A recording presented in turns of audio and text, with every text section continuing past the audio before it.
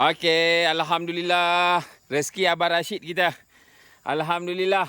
Abang Rashid, dapat ikan apa Abang Rashid? Ini orang kampung kata ikan terobu. Orang kampung kata ikan terobok Abang Rashid ya.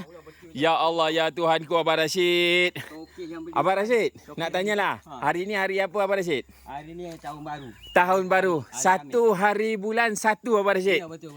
Alhamdulillah, rezeki Abang Rashid. Ya, syukur Ikan ni jarang-jarang ditemui Abang Rashid. Sekarang ni kira senang cakap pembukaan tahun 2026.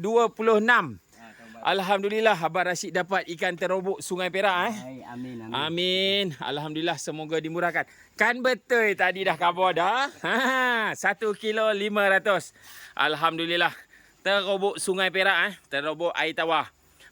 Koma kan mana-mana yang koma tak pernah tengok ikan terobok Sungai Perak, inilah ikan terobok Sungai Perak. Alhamdulillah.